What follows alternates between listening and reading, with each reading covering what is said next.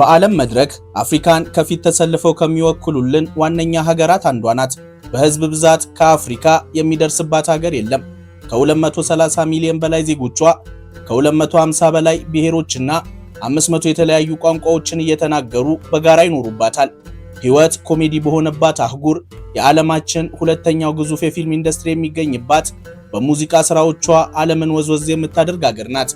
እድሜ ለሷ ይሁንና አፍሪካን በአንድነት የሚያስተሳስር አፍሮቢት የተሰኘ የሙዚቃ ስልት ፈጥራ በእውቅ አርቲስቶቿ ሰበርሰካ እንድንል አድርጋናለች። በዛ ላይ የተዋጣላት የእግር ኳስ ተጫዋች ናት። አፍሪካን ወክላ 6 የዓለም ዋንጫዎችን ተሳትፋለች። የአፍሪካን 3 ዋንጫዎች በማንሳት ከአህጉሩ በአራተኛ ደረጃ ላይ ትቀመጣለች። በዘመናዊነት የበቁ ሀገራትን ማየት ብርቅ በሆነባት አህጉር በቴክኖሎጂና ኢኖቬሽን 3ኛ ደረጃ ላይ የምትቀመጥ በሞባይል ባንኪንግ፣ በስታርታፕ ኢንቨስትመንት፣ በዲጂታል ፔይመንት አፍሪካን የምትመራ ሀገር ናት። በኢኮኖሚም ካየናት የሚያህላት የለም። የአፍሪካ ቁጥር 1 ቢሊዮነር የአሊኮ ዳንጎቴ ሀገር ናት። ከአፍሪካ ትልቅ ኢኮኖሚ አላት። በዓመታዊ የሀገር ውስጥ ምርት ሁሉንም ታስከነዳቸዋለች። ነዳጅ ዋነኛ የገቢ ምንጯ ነው። ከአፍሪካ ሊቢያን በመከተል ሁለተኛዋ፣ ከዓለም 11ኛዋ ከፍተኛ የነዳጅና የተፈጥሮ ጋዝ ክምችት ያላት ሀገር ናት። በከርሰ ምድሯ ከ37 ቢሊዮን በርሜል በላይ ድፍድፍ ነዳጅ ከ210 ትሪሊየን ኪዩቢክ ፊት በላይ የተፈጥሮ ጋዝን ይዛለች።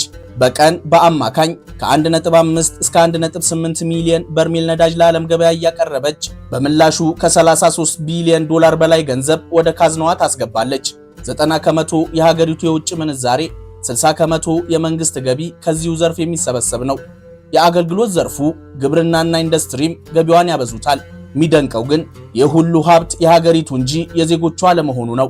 60 ከመቶ ዜጎች በድህነት ውስጥ ይኖራሉ። 56 ከመቶ የሚሆኑት በፍጹም ድህነት ውስጥ የሚገኙ ናቸው። በሰፊው እንመለስበታለን። እቺ አፍሪካን የምትወክል ሀገር አንድ መጥፎ ጎንም አላት። ዜጎቿ ነጋ ጠባ በፖለቲከኞቿ ብልሹ አሰራር ምክንያት የሚያነቡባት ሀገር ናት። የእርስ በርስ ግጭት፣ አሸባሪዎችና ታጣቂ ቡድኖችም ቁምስቅል ሆነውባታል። እሱም ቢሆን የአፍሪካዊነት መገለጫችን ነውና ይሁን ብለን ተቀብለናል። ጉዞ ጀምረናል። በዚህችው ሀገር ደግሞ ሌላ ዓለም፣ ይህን የመሰለ የጠንቋዮች መንደር፣ ይህን ከመሰለ የአማኞች ሰፈር ጋር በጋራ ይኖሩበታል። ሁሉንም እንጨዋወታለን። ይሄኛውን የሰቀቀን ህይወት ሊሉት ይችላሉ። መንግስት የጠላቸው መሄጃም መኖሪያም ያጡ ከ100 እስከ 250 ሺህ የሚጠጉ ዜጎች ህይወታቸውን አስይዘው ባህር ላይ እንጨት ላይ ቤት ሰርተው እዛው እየበሉ እዛው እየተጸዳዱ የሚኖሩባት የድሆች ሰፈር፣ ዝቅ ሲሉ አይደለም ለመንካት ለማየት የሚያጸይፍ ቆሻሻ ውሃ፣ ቀና ሲሉ ሊፈርስ አንድ ቀን የቀረ የሚመስል ደሳሳ ጎጆን የሚታይባት፣ አፍሪካዊም አይደለን ችግር እንደመልመዳችን ሲኦል የሚቀለን ነው የሚመስለው። በዚህች ከሩቅ ላያት እንባ በምታመጣ የድሆች መንደር ውስጥ ነዋሪዎቿ ግን ሁሉን ረስተው ተደስተው ይኖሩባታል። ከሸቀጣ ሸቀጥ ሱቅ እስከ ምግብ ቤት፣ ከውበት ሳሎን እስከ ጭፈራ ቤት አንዱም አልቀራትም። አብራችሁን ከቆያችሁ በምግብ ቤቶቿ እየበላን በጀልባዎቿ እየቀዘፍን ጨረቃ ቤቶቿን እየተንጠላጠልን አስገራሚውን ህይወት እንጎበኛለን። በዛሬው ጉዟችን ወደ ሮያል ኒጀር ካምፓኒ ቴሪቶሪ ገብተናል። ማነች እንዳይሉን ናይጄሪያ ከ1914 በፊት የነበራት በቅኝ ገዢዋ ብሪቴን ትጠራበት የነበረ ስም ነው። ሀገሪቱ በምዕራብ አፍሪካ ትልቁ ወንዝ በሆነው የኒጀር ወንዝ ላይ መሰረት አድርጋ የተመሰረተች በመሆኗ ወደ አካባቢው ለቅኝ ግዛት የመጡት ብሪቴኖች ኒጀር በሚለው የወንዙ ስም ላይ የባለቤትነት ቅጥያዎችን ጨምረው ሮያል ኒጀር ካምፓኒ ቴሪቶሪ ሲሉ ሰየሟት። በፈረንጆቹ 1897 ይህ ስም የረዘመባት የታይምስ መጽሔት ጋዜጠኛ የሆነችው ፍሎራ ሻው ሀገሪቱ ናይጄሪያ ተብላ እንድትጠራ ሐሳብ አቀረበች። በ1914 የጋዜጠኛዋ ስም ጸድቆ ናይጄሪያ የሀገሪቱ ይፋዊ መጠሪያ ሆነ። ምዕራብ አፍሪካዊቷ ሀገር ናይጄሪያ የዛሬ መዳረሻችን ትሆናለች። አብራችሁን ቆዩ።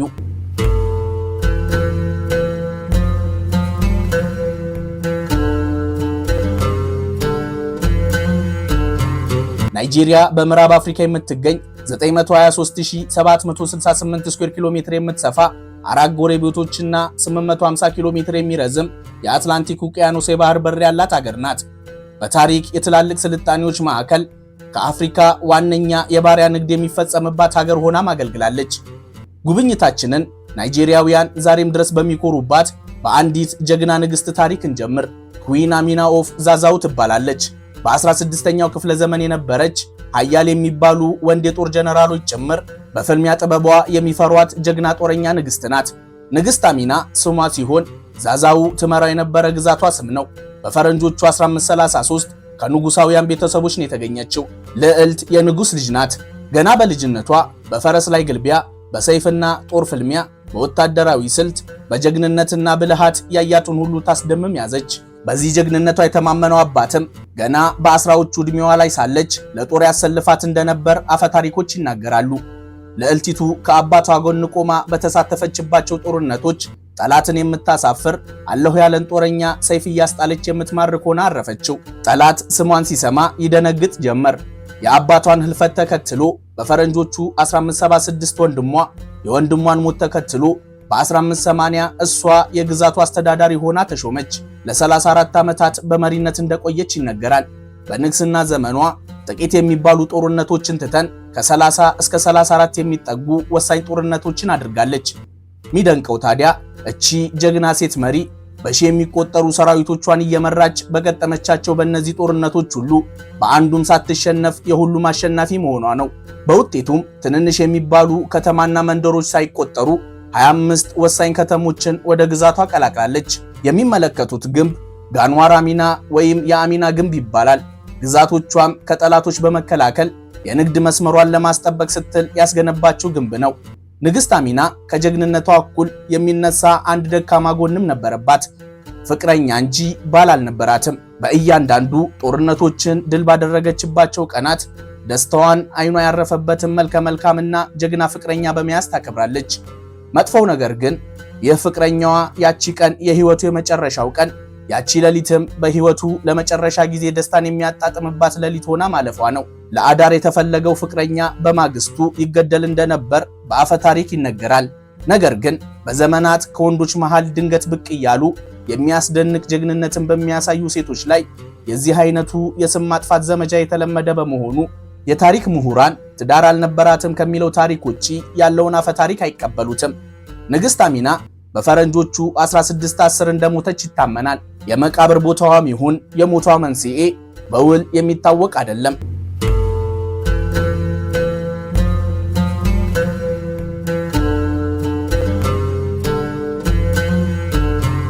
የማትተኛዋ ከተማ ይሏታል። ትንሿ ናይጄሪያ የሚሏትም አሉ። ከ25 ሚሊዮን በላይ ነዋሪዎቿን ሁሉንም እንደየደረጃው ማኖሩን ታውቅበታለች። በአፍሪካ ትልቋ ከተማ ስትሆን ዓለማችን ላይ በየቀኑ ትልልቅ እድገቶችን እያስመዘገቡ በፍጥነት በማደግ ላይ ከሚገኙ ከተሞች አንዷ ናት። ራሷን ችላ ሀገር ሆና ቢሆን ሀብታም ከሚባሉ የአፍሪካ ሀገራት ቀዳሚው ትሆን ነበር። ሌጎስ ነው ያለነው። ሌጎስ በአትላንቲክ ውቅያኖስ የባህር ዳርቻ ላይ የምትገኝ ከ1991 በፊት የናይጄሪያ ዋና ከተማ የነበረች ከዋና የከተማዋ መሬት በተጨማሪ ከ20 በላይ የሚሆኑ ደሴቶችን በአንድ የያዘች ከተማ ናት። 6 ዋና ደሴቶች አሏት። ዋና ትልቋ ደሴት ሌጎስ አይስላንድ ትባላለች። 8 ስኩዌር ኪሎ ሜትር የምትሰፋ ከ500 እስከ 800 ሺህ ነዋሪዎች ያሏት ሲሆን የታሪክና የንግድ ማዕከል ነች። ሌጎስ የፖርቹጋል ቃል ሲሆን ሐይቆች ማለት ነው። በ15ኛው ክፍለ ዘመን የፖርቹጋል አሳሾች ናይጄሪያን ሲቆጣጠሩ ይህችን ከተማ ለንግድ መረጧት። የወቅቱ ምርጥ ቢዝነስ ደግሞ የባሪያዎች ንግድ ነበር። በዚህም ሌጎስ ከተለያዩ የአፍሪካ ሀገራት እየተያዙ የሚመጡ ባሪያዎች በገፍ የሚሸጡባት፣ ከአውሮፓና አሜሪካ የሚመጡ ነጭ አለቆችም የሚገበያዩባት ከተማ ሆነች። የሌጎስ ደሴት ከዋና የከተማዋ መሬት በ2 ኪሎ ሜትር ርቀት ላይ የምትገኝ፣ ከከተማዋ ጋር በድልድይ የምትገናኝ፣ የሀገሪቱ ትልልቅ የንግድ ድርጅቶች፣ ባንኮችና የመንግስት ቢሮዎች የሚገኙባት ደሴት ነች። አይኮይ በ2 ኪሎ ሜትር ርቀት ላይ የምትገኝ 5 ስኩዌር ኪሎ ሜትር የቆዳ ስፋትና ከ150 እስከ 200 ሺህ ነዋሪዎች ያሏት ሀብታሞችና ዲፕሎማቶች ለመኖሪያነት የሚመርጧት ቅንጡ ደሴት ናት። አይኮይ ከጥንት ጀምሮ ድሆች ድርሽ ብለውባት አያውቁም። ሀብታም አለቆችና ቅኝ አስተዳዳሪዎች ተንደላቀው ይኖሩባት የነበረች ደሴት ናት። ቅንጡ አፓርትመንቶች፣ ኮከባቸው የበዙ ሆቴሎች፣ ውብ መኖሪያ ሰፈሮች ምልክቶቿ ናቸው።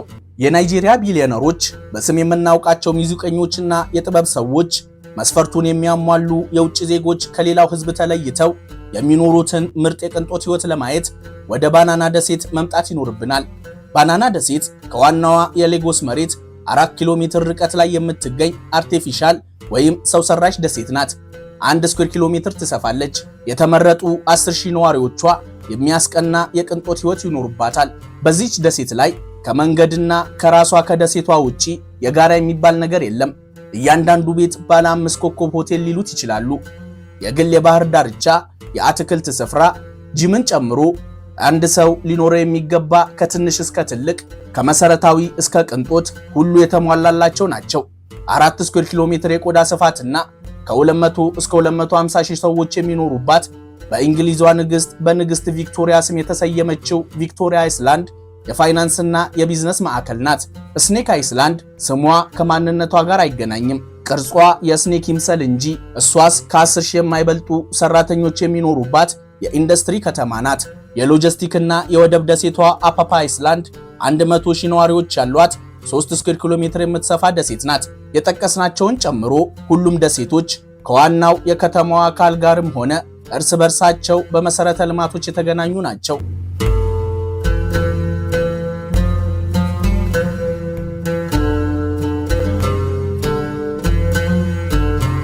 ከደሴት ጉብኝታችን ወጥተን ወደ ዋናዋ ሌጎስ ተመልሰናል። በአፍሮቢት ሙዚቃ የደመቀች፣ በመንገድ ዳር ጣፋጭ ምግቦች፣ በወጣት ሥራ ፈጣሪዎች የተሞላች ከተማ። እዚህ ሕይወት ለደቂቃዎች አትረጋጋም። ወጣቶች ነጋቸውን ለማሳመር እላይታች ይሮጣሉ። ፖለቲከኞች፣ አርቲስትና ቱሪስቶችም ድምቀቶቿ ናቸው። ይህንን የናይጄሪያ ሕይወት አልፎም የአፍሪካውያንን ኑሮ በመጠኑ ለማየት ሌጎስም አፍሪካም መኖር አይጠበቅቦትም። ዕድሜ ለፊልመኞቿ ይሁንና ናይጄሪያ ራሷ በየዓመቱ ከ2000 እስከ 2500 የሚጠጉ በአፍሪካውያን ኑሮ ላይ መሰረታቸውን ያደረጉ ፊልሞች እያመረተች ትልክላቸዋለች። በሚያመርተው የፊልም ብዛት የዓለማችን ሁለተኛው የፊልም ኢንዱስትሪ ስለሆነው ኖሊውድ ነው የምንነግሩት። ኖሊውድ በየዓመቱ በሚያመርተው የፊልም ብዛት ከአሜሪካው ሆሊውድ በልጦ የህንድን ቦሊውድ በመከተል በሁለተኝነት ደረጃ ላይ ይቀመጣል። በየዓመቱ ከ2000 በላይ ወይም በቀን ከ5 በላይ ፊልሞችን ያመርታል። ከ1 ሚሊዮን በላይ ለሚሆኑ ሰዎች በቀጥታና በተዘዋዋሪ የሥራ ዕድል የፈጠረ በየዓመቱ ለናይጄሪያ ከ1 ትሪሊየን ናይራ በላይ ወይም በቢሊዮን የሚቆጠሩ ዶላሮችን የሚያስገባ ኢንዱስትሪ ነው። ኖሊውድ ከዛሬ 33 ዓመት በፊት በፈረንጆቹ 1992 ጅማሮን ያደረገ ድርጅት ነው። በ1980ዎቹ ናይጄሪያ ከፍተኛ የኢኮኖሚ ቀውስ ውስጥ ነበረች። ሲኒማና ቲያትር ቤቶች የተዘጉበት፣ የፊልም ባለሙያዎች ስራ ፈቶ የተቀመጡበት ወቅት ነው። ሀገሪቱ በከፍተኛ ወጪ የውጭ ሀገራት ፊልሞችን ወደ ሀገር ውስጥ ታስገባለች። ይህ ደግሞ በኢኮኖሚ ቀውስ ውስጥ ለነበረችው ናይጄሪያ ቅንጦት እየሆነባት መጣ። ሳይደግስ አይጣላም ነውና በ1980ዎቹ መጨረሻ የቪዲዮ ካሴት አብዮት ተጀመረ። የቪዲዮ ካሴቶች ርካሽና ሁሉም በቀላሉ ሊጠቀምባቸው የሚችሉ መሆናቸው አቅም ላጣው የናይጄሪያ የፊልም ኢንዱስትሪ የማይታመን ዕድል ሆነ። በ1992 ለናይጄሪያ የመጀመሪያው የሆነው ሊቪንግ ኢን ቦንዴጅ የተሰኘ የ1 ሰዓት ከ50 ደቂቃ ፊልም ተሰርቶ በቪኤችኤስ በየሱቁ ይሸጥ ጀመር። ይህ ፊልም በናይጄሪያውያን ዘንድ ከፍተኛ ተቀባይነትን አግኝቶ በትንሽ ወራት ውስጥ ብቻ በ100 ሺህ የሚቆጠሩ ኮፒዎች ተሸጡ። ይህን የህዝብ ተቀባይነት ያዩ ሌሎች የፊልም ባለሙያዎችም በጃሉት ፍጥነት ፊልሞችን እያመረቱ ለተመልካች ያቀርቡ ጀመር። ኖሊውድ ተጀመረ ማለት ነው። ከ1992 እስከ 2000 ኖሊውድ የሀገር ውስጥ የፊልም አምሮትን ሲያረካ ቆየ። ከ2000 እስከ 2010 ራሱን አስፋፍቶ በአፍሪካ ሀገራትም ጭምር ዝነኛ ለመሆን በቃ። ምናልባትም ከልጅነት የፊልም ትውስታዎች መሃል ቡሽማንና ቶም ኤንድ ጄሪ የተሰኙ ፊልሞች ካሉ የኖሊውድ የሥራ ውጤቶች ናቸው። ይሁንና ኖሊውድ በዘመናዊ መንገድ ከብዛት ይልቅ ጥራት ላይ መሰረት አድርጎ በፕሮፌሽናል መንገድ መስራት የጀመረው ከ2010 ወዲህ ነው። ዛሬ ላይ በተለያዩ የአፍሪካ ሀገራት በካሪቢያንና አፍሪካውያን በሚገኙበት የዓለም ሀገራቶች ሁሉ ተመልካቾች አሉት። ራምሴይን የኖሊውዱ ሻሩክ ካን ይበሉት። ናይጄሪያውያን በተለይም የሌጎስ ልጆች አፍሪካን ወክለው ዓለምን በዘፈኖቻቸው ማስደነሱ ተሳክቶላቸዋል። የነ ዴቪዶ፣ ዊዝኪድ፣ ሬማና ፒስኩዌርን ዘፈን ሰምቶ ወዝወዛ ለማለት አይቻልም። አፍሮቢት የሆነ ልብን የሚያዘልል ሞቅታን የሚፈጥር አይነት የሙዚቃ ስልት ነው። ሌጎስ ለናይጄሪያ ኢኮኖሚ የጀርባ አጥንት ነች። የወደብ ከተማ ስትሆን ከናይጄሪያ ዓመታዊ ገቢ 30 ከመቶ ይሰበሰብባታል። ባንክና ፋይናንስ፣ ንግድና ማኒፋክቸሪንግ፣ ሪል ስቴትና ቴክኖሎጂ የተሰማራችባቸው የሥራ መስኮች ሲሆኑ ሌጎስ የአፍሪካ ሲሊከን ቫሊ ወይም የአፍሪካ የቴክኖሎጂ ማዕከል ነች።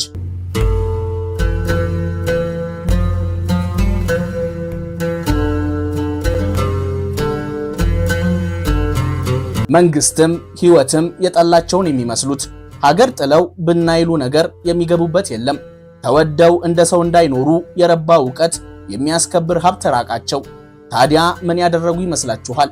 ከመንግስት ያቀያይማቸው የነበረ ዋነኛ ጉዳይ መሬት ነው። መሬቱን በክብር በሀብታቸው ገዝተው ለሚኖሩባቸው በመንግስት ተወደው ለሚመጡ ባለሀብቶች ለቀቁላቸው። ከዛም ሞልቶ ከተትረፈረፈ የሀገሪቱ የውሃ ሀብት አንዱን ሐይቅ መርጠው መኖሪያቸው አደረጉት። በውሃ ላይ የሰፈሩ ህዝቦች ናቸውና አዲሱን የሰፈራቸውን ስም ማኮኮ ሲሉ ሰየሙት። የውሃ ላይ ሰፋሪዎች ማለት ነው። ድፍር ካሉ አይቀር እንዲህ ነው። ሚደንቀው ግን መሬት ላይ ጎጆ ለመቀለስ አቅም ያነሳቸው ህዝቦች እንዴት ሐይቅ ላይ ሰፈር ሊገነቡ ቻሉ የሚለው ነው። ምላሹን ለማግኘት የህዝቦቹን ማንነት መረዳት ይኖርብናል። የኦጉ ህዝቦች ናቸው። ኢጉን እየተባሉም ይጠራሉ።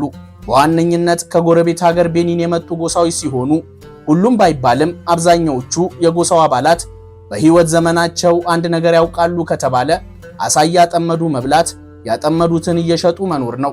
በዚህ ምክንያት የውሃ ላይ ህይወት ለነሱ ድሎት እንጂ ሰቀቀን ሆኖ አያውቅም። ህይወታቸው በአብዛኛው ከውሃ ጋር የተገናኘ ነው። ይህ አኗኗራቸው ድንበር ሳይገድባቸው ጅረትና ሐይቆችን በእግር በፈረስ እንዲፈልጉ አደረጋቸው።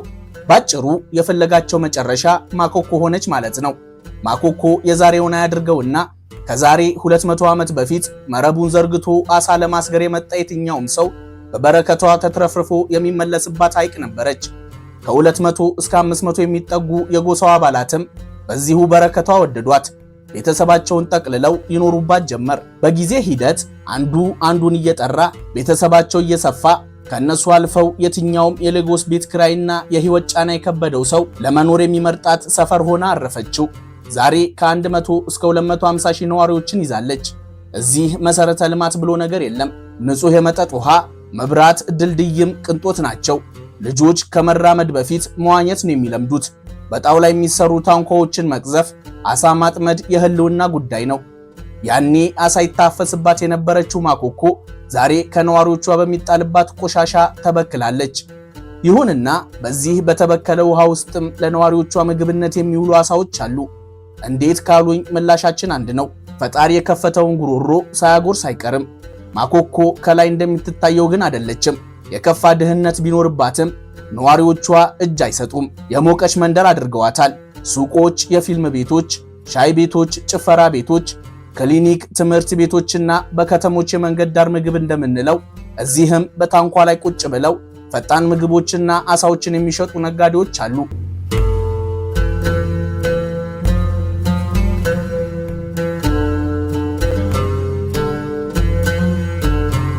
ሌጎስ ምንም እንኳን በፍጥነት እያደገች ያለች ትልቅ ከተማ ብትሆንም የአንድ ብሔር የበላይነት የሰፈነባት በነዋሪዎች የተጨናነቀች ከተማዋ ወደፊት ማስፋፊያ ቢያስፈልጋት በውቅያኖስ ዳርቻ ላይ በመገኘቷ ትልቅ ወጪን የምትጠይቅ የደህንነት ስጋት የነበረባት በአጠቃላይ ለዋና ከተማነት ምቹ ያልሆነች ከተማ ናት።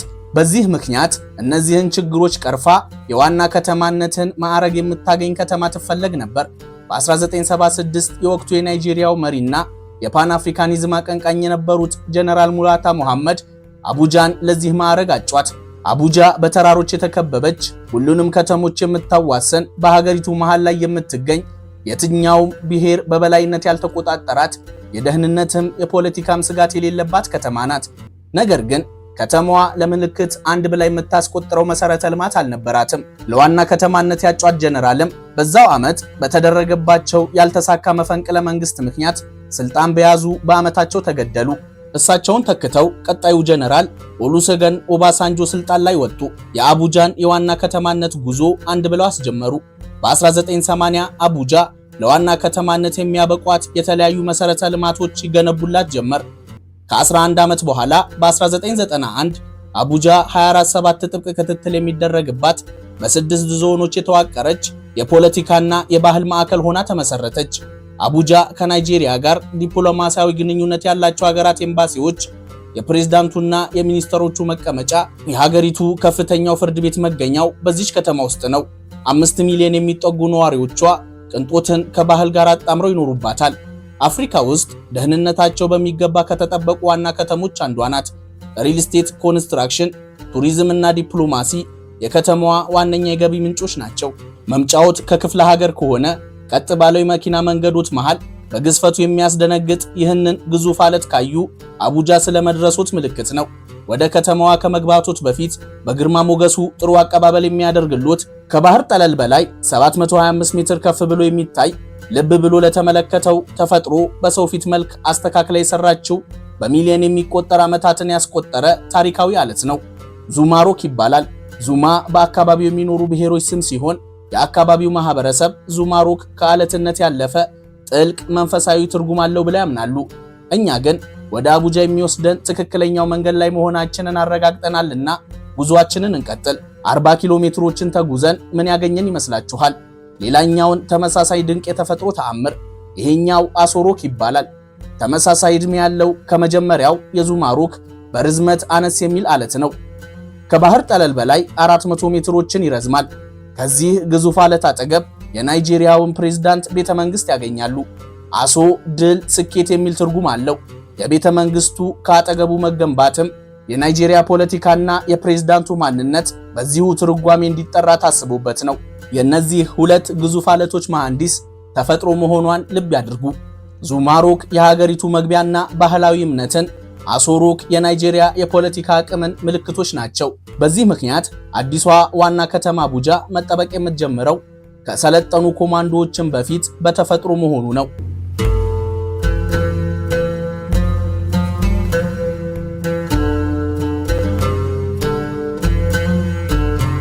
ወጉ ደርሷቸው ከአፍሪካ አህጉር በነዳጅ ሽያጭ የሚተዳደሩ ሀገራት ናይጄሪያ ቀዳሚዋ ናት።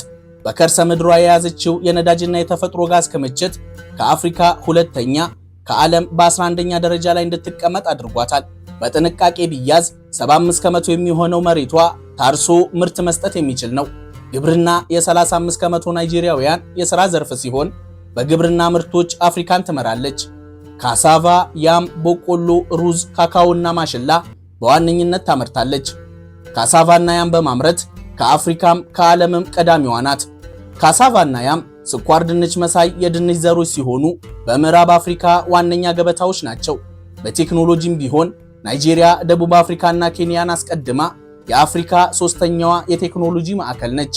ፋይናንስና ባንኪንግ እንደ ሆሊውድ ያሉ የመዝናኛ ዘርፎችም ለናይጄሪያ በየዓመቱ በቢሊዮን የሚቆጠሩ ዶላሮችን የሚያስገቡ የኢኮኖሚ ዘርፎች ናቸው። ቁጥር አንድ ያስባላት የበዙ ህዝቦቿም ኢኮኖሚዋ ናቸው። ከሀገር ወጥተው ሀያላኑ ጋር ቢደርሱ በየዓመቱ በቢሊዮን የሚቆጠሩ ዶላሮችን በሬሜታንስ ያስገባሉ። ሀገር ውስጥም ሆነው ስራ ቢፈጥሩ ገባሪዎች ናቸው። በዚህ ምክንያት ናይጄሪያን የአፍሪካ ጠንካራ ኢኮኖሚ ያላት ሀገር እንድትሆን አድርጓታል። የሚደንቀው ግን የሁሉ ሀብት በጉያዋ የታቀፈችው ሀገር 63 ከመቶ የሚሆኑት ዜጎቿ በድህነት ሲማቅቁ ምንም ማድረግ አለመቻሏ ነው። ናይጄሪያ 63 ከመቶ ዜጎች በድህነት ይኖራሉ። 56 ከመቶ የሚሆኑት ድጋፍ ካልተደረገላቸው ነገን ስለመኖራቸው ዋስትና የላቸውም። በከተማና በክልል ከተሞች ከፋፍለን ካየነው 75 ከመቶ በክልል 41 ከመቶ በከተማ የሚኖሩ ዜጎች መንግስት ያመናቸው ድሆች ናቸው። ለመሆኑ የአፍሪካዋ ሀብታም ሀገር እንዴት የሁሉ ድሃ ዜጋ ሊኖራት ቻለ? ከበዙ ዘርፎች የሚገኘው የ100 ቢሊዮን ዶላሮች ገቢስ የት ገባ? አፍሪካዊ ነንና ይህንን ጥያቄ ለመመለስ ኢኮኖሚስቶችንም ማስቸገር እኛም መመራመር አይጠበቅብንም። ሁሉን እናውቃለን፣ ብንናገር እናልቃለን ነው ጉዳዩ። ከደፈርን ግን የአመራሮች ሌብነት፣ ግልጽ ያልሆነ አሰራርና ሙስና ናቸው።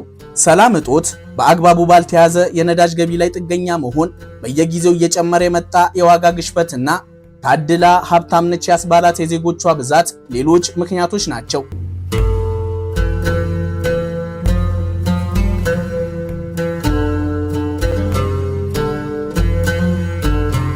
የፕሮግራማችንን መቋጫ እዚህ እናድርግ።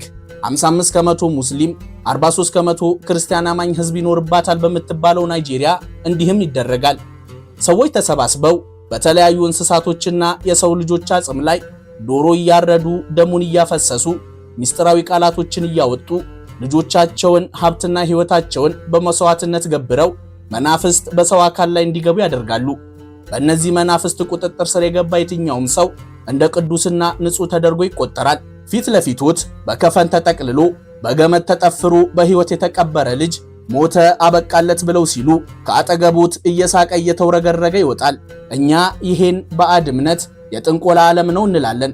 እነሱ ግን ከጥንቆላ ጋር የሚያገናኘን ነገር የለም፣ ከ2000 ዓመታት በፊት ስንተገብረው የቆየ ተፈጥሮን በምድራዊ ሕይወት የሌሉ ዘሮቻችንንና በአይን የማናያቸውን ፍጥረቶች የማናገር ከነሱ ጋር አብሮ የመስራት ጥበብ ነው ይላሉ። እኛም እኮ ጥንቆላ ነው ባዕድ አምልኮ ማለታችን ይህንኑ ነበር። ይህ እምነት መገኛው ከምዕራብ አፍሪካ ነው። በዋነኝነት በቤኒንና በደቡብ ናይጄሪያ ግዛቶች በስፋት ይተገበራል። የካሪቢያን፣ የአሜሪካና በአንዳንድ የእስያ ሀገራትም ይተገበራል። ጉዳዩ ለውድ ቤተሰቦቻችን የማይመጥን እንቅልፍ የሚነሳ በመሆኑ የዛሬው ፕሮግራማችንን በዚሁ እናብቃ። አብራችሁን ስለነበራችሁ እናመሰግናለን። ሰላም።